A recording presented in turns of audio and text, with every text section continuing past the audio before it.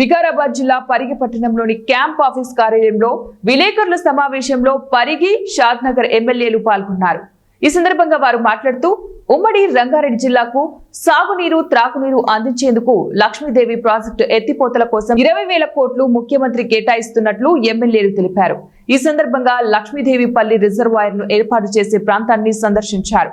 Project ఎంత విస్తరణ అలా ఉంటుందో మ్యాప్ లో పరిశీలించారు. త్రివేణి సంగమంగా 3 స్టోర్లను ఏర్పాటు చేసుకుని రైతుల కళ్ళల్లో ఆనందం చూస్తామని తెలిపారు.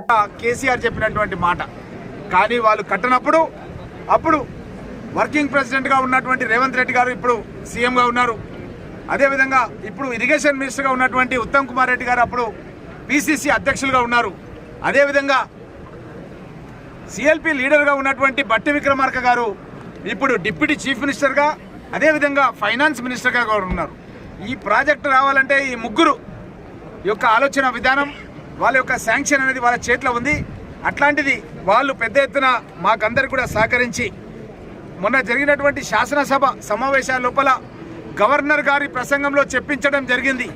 2.8 టీఎంసీ రిజర్వాయర్ బ్యాలెన్సింగ్ రిజర్వాయర్ని ఈ యొక్క కొందుర్గు పరిగి మండలాల మధ్యలో ఈ రిజర్వాయర్ నిర్మాణం చేస్తామని చెప్పి మాకు శాసనసభలో గవర్నర్ గారి ప్రసంగంలో చెప్పడం జరిగింది. మన వికారాబాద్ జిల్లా కలెక్టర్ అయితే నివేదిక తయారు చేసి స్పీకర్ గారికి ఇచ్చినారో ఆ యొక్క స్పీకర్ గారు కూడా ఏదైతే చదివిండో జిల్లా ప్రజలకు ఉద్దేశించి దాంట్లో కూడా ఒక 1,700 కోట్ల రూపాయలు శాంక్షన్ కూడా చేయడం జరిగింది ఈ యొక్క సాగునీటి ప్రాజెక్టు అని చెప్పి కూడా దాంట్లో చెప్పడం జరిగింది. రెవెన్యూ శాఖ అధికారులు కూడా ఇక్కడ ఉన్నారు. వీళ్ళంతా కూడా సర్వేలు చేసి గతంలో ఉన్నటువంటి డేటా తీసుకొని మళ్ళీ ఇప్పుడు లేటెస్ట్గా సైట్ లెవెల్లో ఉన్న మళ్ళీ సర్వేలు చేసి ప్రభుత్వానికి రిపోర్ట్ సబ్మిట్ చేస్తే ప్రభుత్వం వెంటనే భూసేకరణ స్టార్ట్ చేసి ఈ యొక్క నిర్మాణ పనులు టెండర్లు పిలిచి ఈ యొక్క పనులు ఒకటేమో కాల్వల ద్వారా ఉద్దండాపూర్ నుంచి ఇక్కడికి తీసుకొని రావాలి. కాల్వల ద్వారా ఇక్కడ ఒక బ్యాలెన్సింగ్ రిజర్వాయర్ 2.8 టీఎంసీ ఉంది. కానీ ఇది తోక భాగంలో ఉంది. అంటే ఎక్కడో ఉన్నటువంటి శ్రీశైలం నుంచి ఎన్నో రిజర్వాయర్లు దాటుకుంటూ మన దగ్గరకు వచ్చేసరికల్లా లాస్ట్కి వస్తున్నాం. కాబట్టి మా యొక్క ఆలోచన విధానం ఏంటంటే తెలంగాణ రాష్ట్రమే ఈరోజు రంగారెడ్డి జిల్లా పైన ఆధారపడి నడుస్తుంది. అలాంటి రంగారెడ్డి జిల్లాకు ఎలాంటి వనరులు కూడా లేవు.